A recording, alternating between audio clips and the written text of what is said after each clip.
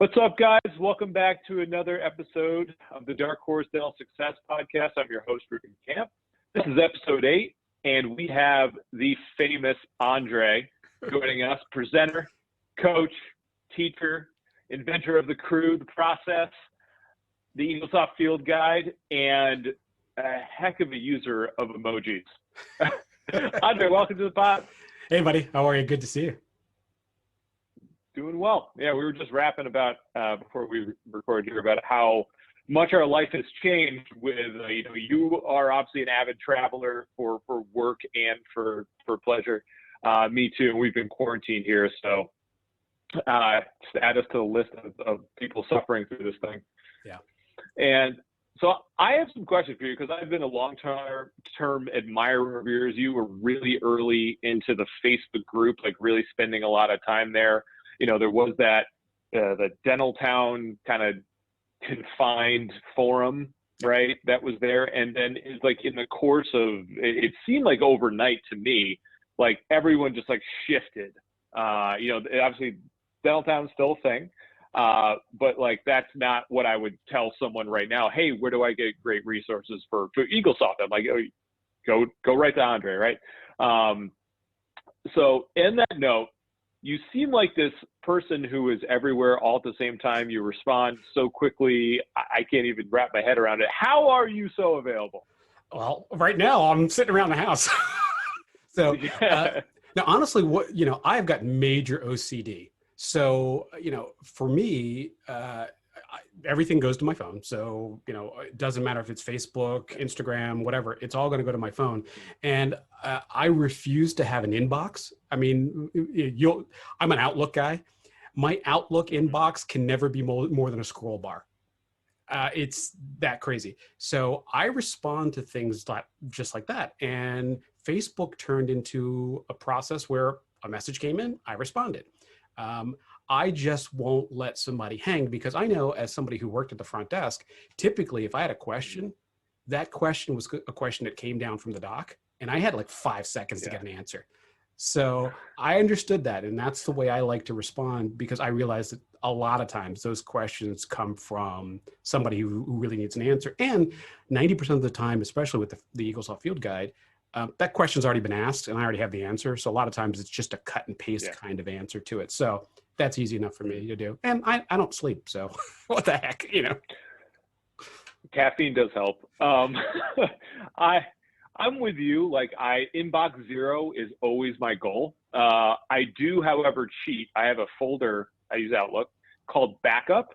And that means I don't want to look at it right now. And I know I don't need to respond to it, but I don't want it in my inbox to count. Like it just does not count towards my OCD. So that would drive me crazy. Cheat a little bit. I'd be in that box every day. And see, since early 90s, I guess it is, every single email that I've ever gotten gets pulled from my inbox into my Outlook's calendar. So I can tell when I replied back to you, what I said to you, what time it was. And, I'm nuts like that. So, yeah. Well, and you understand, I think I kind of have that same, it's just like this thing in the back of your head, the urgency. Yeah. All right. And my dad is a general dentist. I grew up working in his practice and helping him out. And you feel it. You feel the drum beat and the pace. And so why I think part of why I made Darkhorse successful is because I understood that. I understood when someone called, there was a patient staring at them, waiting for them to get the answer to their question, or they're in an operatory and their sensor doesn't work and they need to get through this appointment and they get 5 more appointments after this. So you kind of feel that pressure. And it's hard to understand if you've never been in a dental office, and why so many IT companies fail is they don't understand. They come from other industries where it's not like that. And it's really tough. In dentistry, the timeline in dentistry is so different than any other industry because, dentists, and I can speak for the dentists that I've worked for over the years, and this is my 31st year, you say, how long does it take you to do a crown prep? And it's never like 15 minutes, 10 minutes, it's always like 12 minutes, 7 minutes. It's this weird thing, like Right. lidocaine or, Septo takes 7 minutes to hit. It's like, where do you come up with these numbers like 7, where normal people say 10s and 5s and 15s. So I know when my doc has a couple of minutes to respond to a call, he's got 7, he's got 3.5, he's, and it's a different timeline. So I have to respect that when I'm answering questions. Yeah. You have to speak really quickly and get them on the phone. Hey, if you get them on the phone, heck, you're talking to the decision maker, like you just go for it. Yeah. And you look at dental software, obviously you work with Eaglesoft all day long, and it's like one of the first screens that pops up when you launch it is a schedule. Time, and then you have that red bar that just keeps moving like this on this signal that everything has to be run like clockwork. So it's always interesting to me to talk to people that are non-dentists about how they got into this weird dental field. I got pulled. My dad's a dentist, my uncle's a dentist. I kind of just always spent time around them, and I was an IT guy, so that's the short version of my story. But how did you get into dental? So, the dentist I went to as a kid retired, and I'm a little bit older than you. So when he retired, it was good because he was like belt-driven handpieces kind of dentist, right? This was old, So when he retired, we went, my family, we switched over to this young new guy, and he was not much older than me. And when we started seeing him, he started seeing my sister and he actually married my sister. And so dentistry became a family business.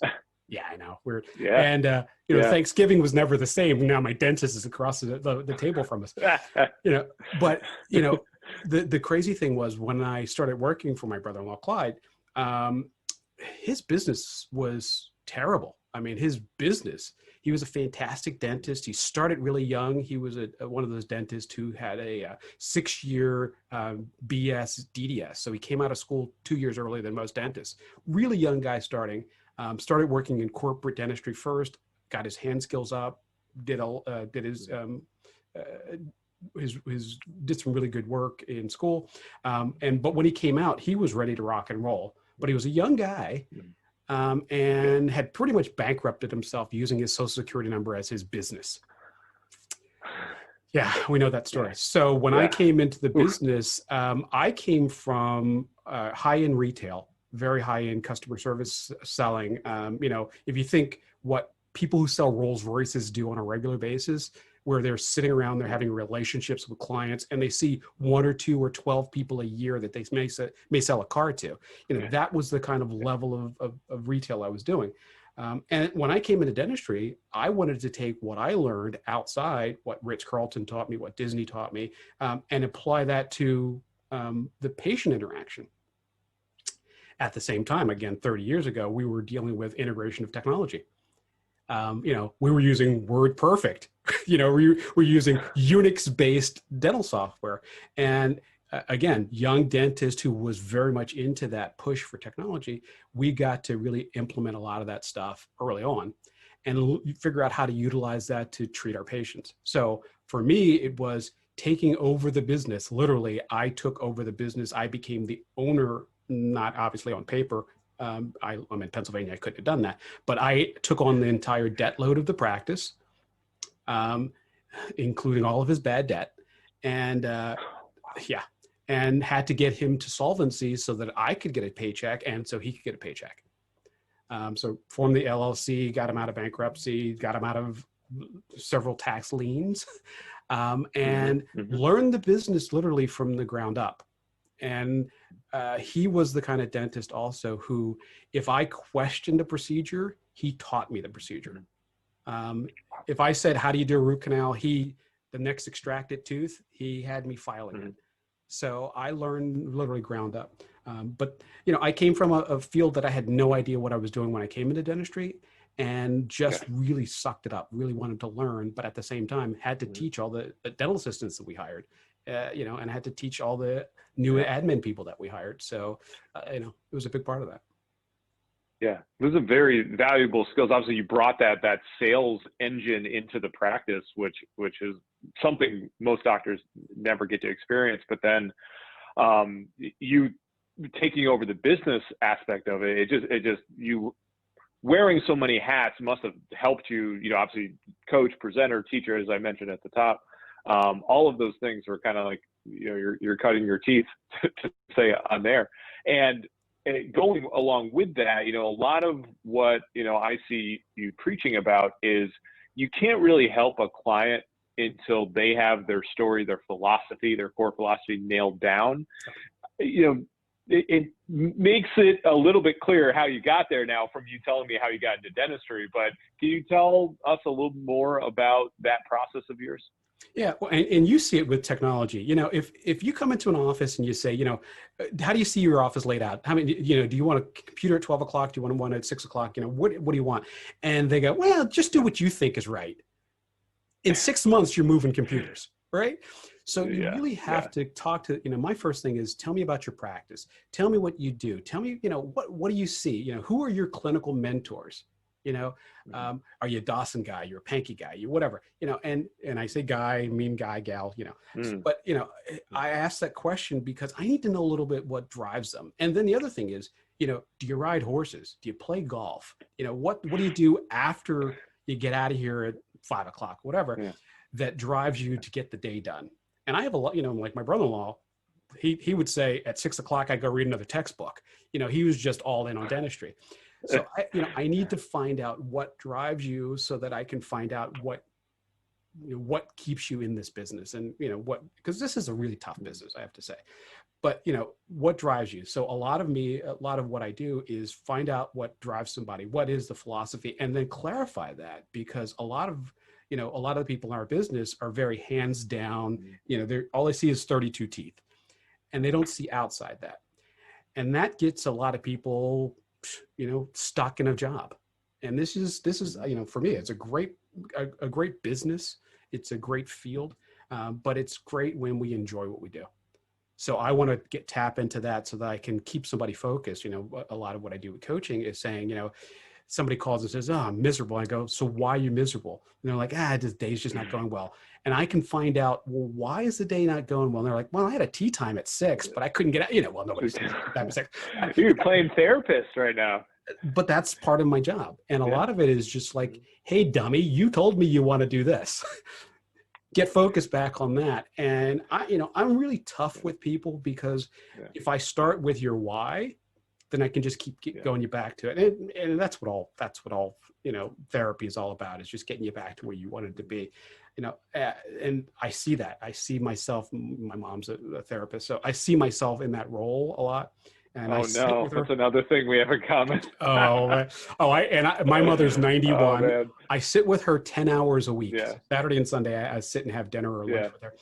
And we have couch time for me. So, you know, I can compress stuff. But that's a part of this whole business, is a lot of time, just like my brother-in-law, you're thrown into a practice that you now have to run. And you're responsible for a crew of employees. You're responsible for this debt load. You're responsible for your time only equaling 40% of what actually goes into your pocket. I mean, you think about that. That's a tough business. I mean, and I teased my brother-in-law. I said, look, if you spend as much time selling Avon as you do in dentistry, the overhead at Avon is like 20 to 30%. You know how much, if you produced $1 million, how much you'd take home? You know? So why are you doing this whole mouth thing? Why don't we sell Avon? But if you get, you know, for him, it was, my why is I love dentistry. And I would just keep him focused on that and say, you do the dentistry and let me do the business, and then we can make it work. So that's awesome. And what a lot of people don't realize that are outside of dental, obviously we realize, is that that dentist is in the chair, like they're not really able to do the introspective, like zoom out stuff really easily. I, you know, think about when I first started this business, owner operator, I was still doing help desk tickets last year on a daily basis to keep up with it. And once you dive into that, you dive into the nitty gritty, your brain, it has a really hard time going back to the zoom out. What are these things I need to do? And a lot of the most successful clients I have, they only practice a couple times a week. Yep. So one doctor I'm thinking about right now, Dr. Lee down in Jacksonville, once a month, right? He has 2 practices there. He is focusing on business. Yes, he's a dentist. He uses that to leverage good decisions, but he is not consumed with, I think about pick up basketball with my dad back when you could do that, like 6 months ago. And I called it the dental eyes, right? Because he would finish at 5, drive over, meet me there, and he'd walk in and you could just see it, like this like glaze from staring at this black hole of someone's mouth all day long. Yeah. And it's just like you think about that, and then okay, now I'm supposed to read a book, now I'm supposed to listen to a podcast, now I'm supposed to like listen to a YouTube video with Andre and make this practice better. And it's like, where do you start? Yeah. Well, there was and I always forget where this was from, but one of the books years ago that I read, and I read everything in dentistry at one time, but there was a book, and it was from one of the old masters in dentistry. And I think the first page of it was a quote that said something like, you have to stop looking at the whole and look at the whole. Mm-hmm. And I thought, that was one of those things that, you hit it. It's like one of those things where you have to step back. I always said, people are always saying, well, why do you do this? Why do you put so much time in? I tell my story. I don't need to work. I do work because I love what I do. But, people say, what's your why? And for me, my why is, literally my brother-in-law, the guy who got me to this field, he died of ALS. And basically on his deathbed, he said, Andre, don't ever let another dentist die broke. And there's nothing else that you need to motivate you to get it done. That is the slam dunk. Wow. That is and it's what's motivated me to do what I've done for the last 30 years. And obviously he hasn't been gone for 30 years, but in the last few years since he said that, I have a mission that goes beyond my normal want to help. Now I have a higher calling. God forbid I get to heaven and he's standing there looking at me. Yeah. What am I going to say? I was too busy to answer the phone call. It really means a lot to me to see people say, you know what? I finally got out of here on time. We had our second child, but now I get to spend more time, with what's going on in COVID. Yeah. I got to actually take 3 days off and spend some time with my kids. That to me is the big thing. Who cares if you make another extra $1 million? Wow. What are you going to do? Buy the new Corvette? That's an incredible story. And there's this, for dentists, like what's the worst case scenario? You can now go be an associate and make plenty of money, right? Yeah, it's this huge thing. And for talented people, for hardworking people, there's an ocean of money out there. I'm glad you mentioned spending time with the family. For 7 years, I've been just mining and just laying bricks, working countless hours at this company. And COVID was a real wake up moment for me to see what I was. There wasn't work to do. It took 7 years for me to run out of, all right, inbox is 0. I responded to all those backlog emails.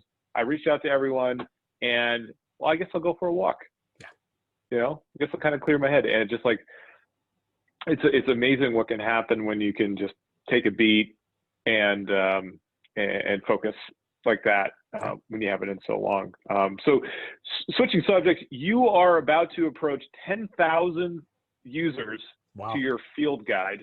I don't know if you ever thought it was going to turn into this, but let's say now when you're approaching this monumental number, I can't even imagine the responsibility of all these needy Facebook users that need their Eaglesoft help and their Andre fix. What is your goal now? What is 2.0 version of Eaglesoft Guide look like? I don't know. I'd love to see a lot more on YouTube. YouTube is kind of like the next frontier where, for me, the problem is things change so fast. Paul Thurrott, who Paul Thurrott is, who does the Windows user guides. Okay. Yeah. He did something really smart where he, instead of creating the books that he used to have that, they sat on the shelf and then they were obsolete after a couple of months, he set it up so that they were this living organism where they automatically update it. that's what I would love to see. And the field guide's a great way. Facebook's a great way of keeping things fresh and updated. But what happens when I don't even use the current version of Eaglesoft 21. I have 20 on my computer. Right. So I'm kind of a dinosaur when it comes to that. But my thing is, if I put all this information out there and now we're on version 22, is it good? So that's the big issue for me, is how do I keep it fresh? I don't know what version 2.1 of the field guide looks like. For me, I think it's because it's a living, breathing organism, I'll just have to go with it and see what happens every day. I wish I knew. I mean, that's a crystal ball I don't have. You should start a podcast. Seems like the hot thing to do these days. Yeah. So one more thing. I built this. I built a studio. I've got soundproofing on my wall. I've got this ridiculous microphone. I've got cameras all over the place. And I thought about doing that. Another hobby. It's either that or DJing. I mean, you only have two options. That'll do. It's awesome. Well, Andre, you're a busy dude. As we went over a lot, you don't have time to start a podcast, so don't do that. That's just more stress on your plate. But thank you so much for joining me. This was great. You are a wealth of knowledge, and I'm going to continue to follow you along the way, because it's been an awesome journey watching you. Oh, I appreciate it. And I appreciate all you do for the company. Thank you. All right, buddy.